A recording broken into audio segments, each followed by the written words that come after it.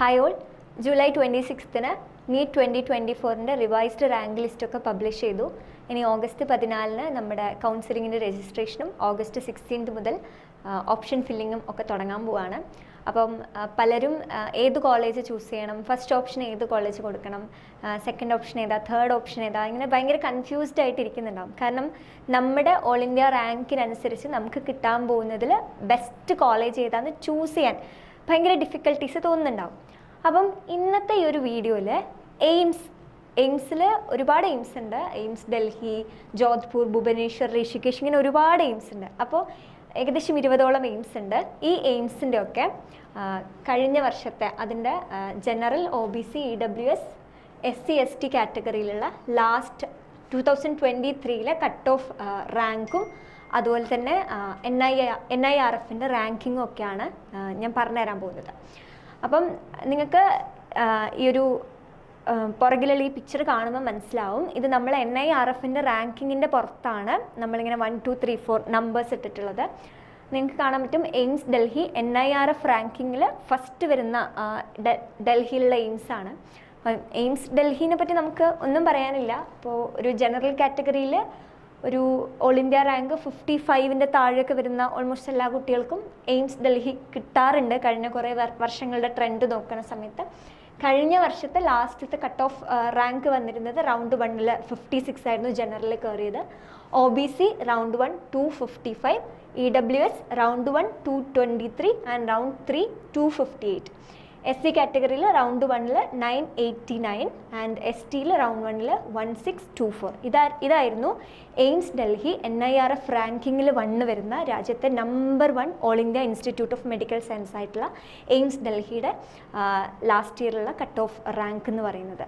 രണ്ടാമത്തത് നിങ്ങൾക്ക് കാണാൻ പറ്റും, ഇത് എയിംസ് ജോധ്പൂരാണ്. NIRF റാങ്കിങ്ങിൽ 13th നമ്പറിലാണ് എയിംസ് ജോധ്പൂർ വരുന്നത്. റൗണ്ട് 1-ൽ ജനറൽ കാറ്റഗറിയിൽ 497, റൗണ്ട് 2-ൽ 469, റൗണ്ട് 3-ൽ 534 ആൻഡ് OBCയിൽ റൗണ്ട് 1-ൽ 1050, റൗണ്ട് 2-ൽ 1072, റൗണ്ട് 3-ൽ 1086 ആയിരുന്നു എയിംസ് ജോധ്പൂരിൽ പോയിട്ടുള്ള ലാസ്റ്റ് റാങ്ക് എന്ന് പറയുന്നത്. EWSൽ റൗണ്ട് 1-ൽ 1082, SC കാറ്റഗറിയിൽ റൗണ്ട് 1-ൽ 6075, റൗണ്ട് 2-ൽ 6225 ആൻഡ് ST കാറ്റഗറിയിൽ റൗണ്ട് 1-ൽ 11350 ആയിരുന്നു എയിംസ് ജോധ്പൂരിൽ ലാസ്റ്റ് കയറിയ റാങ്ക് എന്ന് പറയുന്നത്. അടുത്തത് എയിംസ് ഭുവനേശ്വർ NIRF റാങ്കിങ്ങിൽ വരുന്നത് 17th പൊസിഷനിലാണ്. ജനറൽ റൗണ്ട് 1-ൽ 491, റൗണ്ട് 2 496. ഇവിടെ നിങ്ങൾക്ക് കാണാൻ പറ്റും, ഇപ്പം എയിംസ് ജോധ്പൂരിലെ ജനറൽ കാറ്റഗറിയിൽ റൗണ്ട് 3-ൽ ലാസ്റ്റ് കയറിയ റാങ്ക് എന്ന് പറയുന്നത് 534 ആണ്. പക്ഷേ എയിംസ് ഭുവനേശ്വറിൽ 496 ആണ്. അതായത് കൂടുതൽ റാങ്ക് കൂടിയ ആൾക്കാർ കൂടുതലും ഭുവനേശ്വറിലാണ് ഏറ്റവും കുറഞ്ഞ റാങ്ക് വരെ കയറിപ്പോയത്. റാങ്ക് വൈസ് നോക്കുന്ന സമയത്ത് മേ ബി നമുക്ക് തോന്നുമായിരിക്കും എയിംസ് ഭുവനേശ്വർ ആണല്ലോ ടോപ്പ് വരുന്നത്. പക്ഷേ ഞാൻ ഓൾറെഡി പറഞ്ഞു കഴിഞ്ഞു, നമ്മൾ NIRF റാങ്കിങ്ങിൻ്റെ പുറത്താണ് ഈ ഒരു നമ്പർ സീരിയൽ നമ്പർ കൊടുത്തിരിക്കുന്നത്. ഓക്കെ, എയിംസ് ഭുവനേശ്വറിൽ OBC കാറ്റഗറിയിൽ റൗണ്ട് 2-ൽ ഞാൻ റൗണ്ട് 2-ൽ പറയാം, കാരണം ലാസ്റ്റ് കയറിയ റാങ്ക് അതാണല്ലോ. റൗണ്ട് 2-ൽ 1065 ആയിരുന്നു. EWS round 2 1712 and SC category round 2-ൽ 6075, ST കാറ്റഗറിയിൽ റൗണ്ട് 2-ൽ 20,333. ഇനി എയിംസ് ഋഷികേശ് NIRF റാങ്കിങ്ങിൽ 22nd പൊസിഷനിലാണ് വരുന്നത്. എയിംസ് ഋഷികേശിൽ ജനറലിൽ ലാസ്റ്റ് റൗണ്ട് 2-ൽ കയറിയത് 776 ആയിരുന്നു. OBCയിൽ റൗണ്ട് 2-ൽ കയറിയത് 100630 ആയിരുന്നു. EWSൽ 1740, SCയിൽ 9318 ആൻഡ് STയിൽ റൗണ്ട് 2-ൽ 16,745.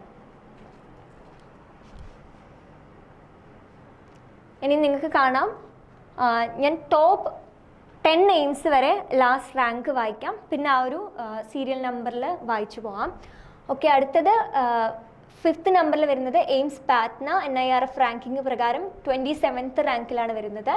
ജനറൽ റൗണ്ട് 3-ൽ 1944 ആയിരുന്നു ലാസ്റ്റ് കയറിയത്. OBC 2308, EWSൽ 2826 ആൻഡ് SC കാറ്റഗറിയിൽ റൗണ്ട് 2-ൽ 18,327, ST കാറ്റഗറിയിൽ 34 34,623.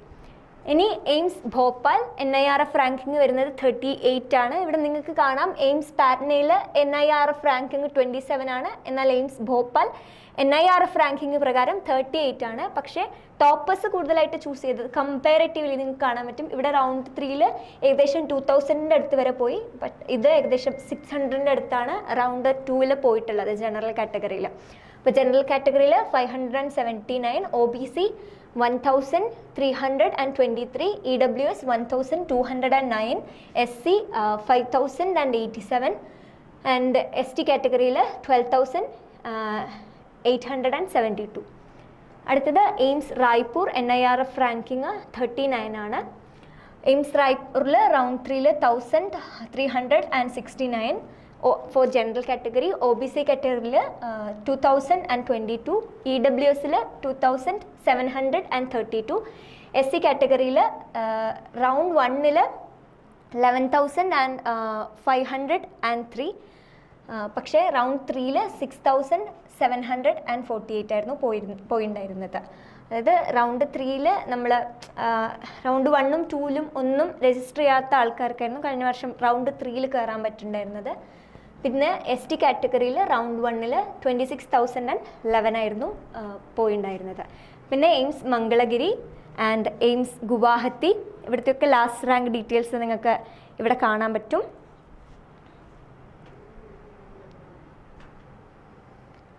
പിന്നെ AIIMS Rajkot, AIIMS Bilaspur, AIIMS Vijaypur, AIIMS Deoghar, AIIMS Nagpur, AIIMS Bathinda, AIIMS Madurai, AIIMS Bibinagar, AIIMS Gorakhpur. പിന്നെ വരുന്നത് 19th വണ്ണായിട്ട് എയിംസ് കല്യാണി, 20th വണ്ണായിട്ട് എയിംസ് റായ്ബറേലി. ഇപ്പോൾ 20th വണ്ണായിട്ട് വന്നിട്ടുള്ള എയിംസ് റായ്ബറേലിയിൽ ജനറൽ കാറ്റഗറിയിൽ ലാസ്റ്റ് കയറിയിട്ടുള്ളത് റൗണ്ട് 3 3,314th റാങ്ക് ആയിരുന്നു. OBCയിൽ സ്ട്രേ വേക്കൻസി വരെ പോയപ്പം 6,901 ആണ് പോയത്. EWSൽ 4,350, SC കാറ്റഗറിയിൽ 36,026 ആൻഡ് ST കാറ്റഗറിയിൽ 1,46,441. പിന്നെ ഈ ഒരു റാങ്കിങ് പ്രകാരം മാത്രം നിങ്ങൾക്ക് വേണ്ട എയിംസ് ചൂസ് ചെയ്യണമെന്നില്ല. നിങ്ങൾക്ക് ഏറ്റവും കൂടുതൽ കംഫർട്ടബിൾ ഏതാണോ, ഏത് സംസ്ഥാനത്ത് പോകണമെന്നാണോ ഇഷ്ടം, അല്ലെങ്കിൽ അവിടുത്തെ NIRF റാങ്കിങ് എന്താണ്, അവിടുത്തെ ഒരു പേഷ്യൻ്റ് എക്സ്പോഷർ എന്താണ്, ഇങ്ങനെയൊക്കെ അറിഞ്ഞതിന് ശേഷം മാത്രം ആ ഒരു കോളേജ് ചൂസ് ചെയ്യാൻ വേണ്ടിയിട്ട് ശ്രദ്ധിക്കാം. കാരണം ഫോർ എക്സാമ്പിൾ നമ്മൾ വേറൊരു കോഴ്സ് പോലെ അല്ല. നമ്മളിപ്പം സാധാരണ ഒരു ഡിഗ്രി കോഴ്സിന് നമ്മൾ ഹിന്ദു കോളേജിൽ ചേരാൻ പോവാന്ന് പറഞ്ഞാൽ അവിടുത്തെ ലാംഗ്വേജ് എന്ന് പറയുന്നത് ഹിന്ദിയാണ്. അപ്പം നമ്മൾ ഹിന്ദി പഠിച്ചേ മതിയാവുന്നില്ല. കാരണം നമുക്ക് ഇംഗ്ലീഷിലായിരിക്കും നമ്മുടെ ക്ലാസ്സസും കാര്യങ്ങളൊക്കെ. നമ്മൾ ഓപ്റ്റ് ചെയ്യുന്ന ആ ഒരു സബ്ജക്റ്റ് പഠിക്കാൻ വേണ്ട ആവശ്യമായിട്ടുള്ള ലാംഗ്വേജ് കാര്യങ്ങളൊക്കെ നമുക്ക് പഠിച്ചാൽ മതിയായിരിക്കും. പക്ഷേ മെഡിസിൻ എന്ന് പറയുന്നത് നമ്മൾ ആക്ച്വലി പഠിക്കുന്നത് പേഷ്യൻസിലൂടെയാണ്. ആ നാട്ടിലുള്ള സാധാരണക്കാരായിട്ടുള്ള നമ്മൾ ഗവൺമെൻറ് മെഡിക്കൽ കോളേജിലാണ് പഠിക്കാൻ പോകുന്നത്. അപ്പം നാട്ടിലുള്ള ഇംഗ്ലീഷൊന്നും അറിയാത്ത സാധാരണക്കാരായിട്ടുള്ള ആൾക്കാരായിരിക്കും ഒരു 90% ഓഫ് ദ പേഷ്യൻസും വരാൻ പോകുന്നത്. അപ്പോൾ അവിടുത്തെ കൊളോക്കിയൽ ലാംഗ്വേജ് എന്താണോ അത് ആസ് എ മെഡിക്കൽ സ്റ്റുഡൻറ്റ് നമ്മൾ പഠിച്ചിരിക്കണം. ഇല്ലെങ്കിൽ നമുക്ക് അവരുടെ അവരുടെ സൈൻസും സിംറ്റംസും ഒക്കെ നോക്കിയിട്ടാണല്ലോ നമുക്ക് എന്താ രോഗം എന്നൊക്കെ ഡയഗ്നോസ് ചെയ്യാൻ പറ്റുള്ളൂ.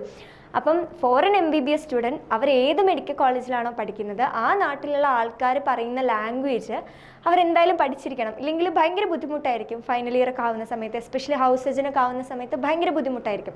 അപ്പോൾ നിങ്ങൾക്ക് കംഫർട്ടബിൾ ആയിട്ടുള്ള പ്ലേസ്, നിങ്ങൾക്ക് കംഫർട്ടബിൾ ആയിട്ടുള്ള സ്റ്റേറ്റ്, ലാംഗ്വേജ് ആൻഡ് നിങ്ങൾക്ക് വീട്ടിൽ നിന്നൊക്കെ പോയി വരാനൊക്കെ എളുപ്പം ഒക്കെ നോക്കിയിട്ട് ഏറ്റവും ആപ്റ്റ് ആയിട്ടുള്ള ഒരു മെഡിക്കൽ കോളേജ് ആയിരിക്കണം നിങ്ങൾ ചൂസ് ചെയ്യേണ്ടത്. ലൈഫിൽ ഇനി വരാൻ പോകുന്ന ഒരു 5.5 കൊല്ലം പഠിക്കേണ്ട ഒരു സ്ഥലമാണ്, ഒരു ഇൻസ്റ്റിറ്റ്യൂട്ടാണ്. അപ്പോൾ ഒരിക്കലും പിന്നെ റിഗ്രറ്റ് തോന്നരുത്. അപ്പോൾ നിങ്ങൾ എടുക്കുന്ന ആ ഒരു ചോയ്സിൽ എപ്പോഴും ഹാപ്പി ആയിട്ടിരിക്കാൻ നിങ്ങൾക്ക് പറ്റട്ടെ. നിങ്ങൾ ആഗ്രഹിക്കുന്ന മെഡിക്കൽ കോളേജിൽ തന്നെ നിങ്ങൾക്ക് MBBS പഠിക്കാൻ പറ്റട്ടെ എന്ന് പ്രാർത്ഥിക്കുന്നു.